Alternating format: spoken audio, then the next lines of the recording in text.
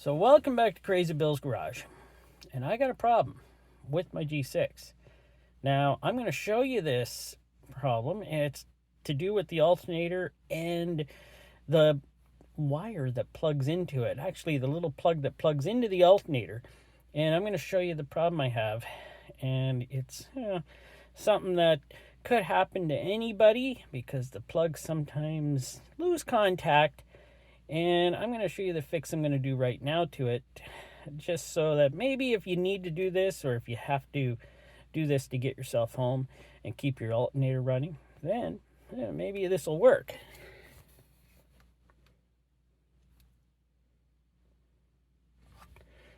So let me start the G6, and I'll show you here. Turn that off. So we got it running, but in a second, you'll see I'm going to get a battery light. Don't worry about the seatbelt light. That's not to worry. It's coming. Well, at least I hope it is. Maybe I have to put it in drive.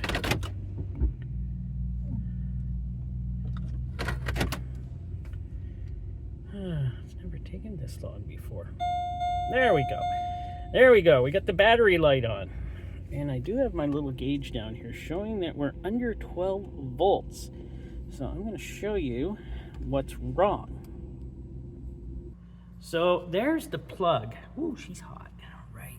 I was driving it to work. Duh. There's the plug that goes in to the alternator right here.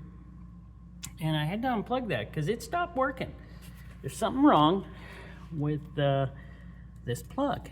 So I'm gonna have to take it apart. And this is not the original. I had to splice this one in. And because the other one totally burned out inside of here, which I'm afraid this one has too. So, there's a trick though. To be able to get you home, or to be able to use your vehicle and keep your battery charging. And that trick is right here. I got another plug from a wrecker, and the red wire is the one you want.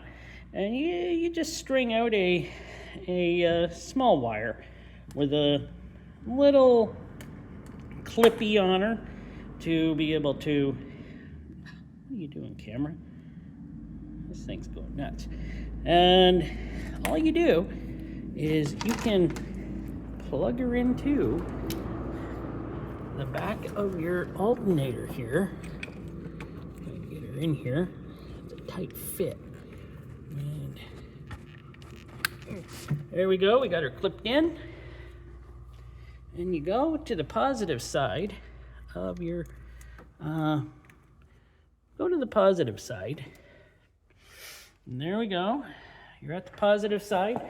So for these alternators to work on this, you gotta get positive,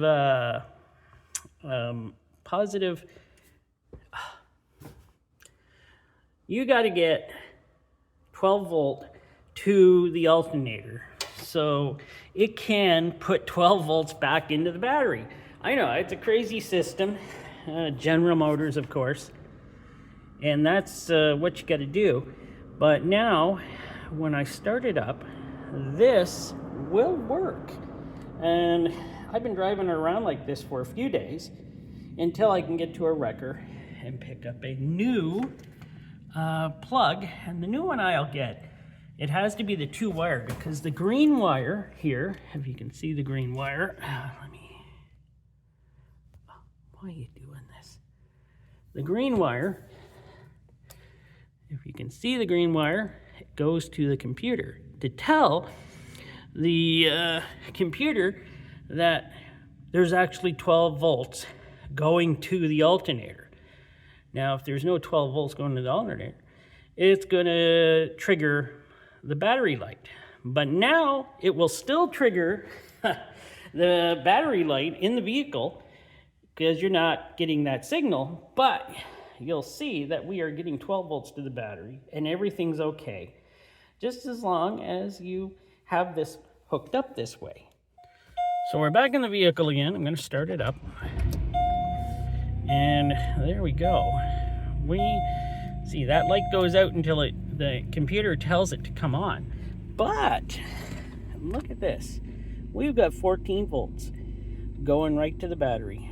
So that setup, this setup was told to me by an alternator and starter guy who does alternators and starters in Selkirk, and he told me this trick and showed it to me, and it's a pretty good trick to get you on your way if you do have to. But the thing is, your battery light will come on, and that's not really a big deal because we're still getting our 14 volts of power to the battery, so it will continue to charge. So this was just a nice little thing to show you, and hopefully it may help a few out when it comes to this. I always carry that little little fix in my glove compartment here just in case I need it, and this time I did need it, so that's good. So thanks for watching. Hope you enjoyed, and I hope this helps out a few.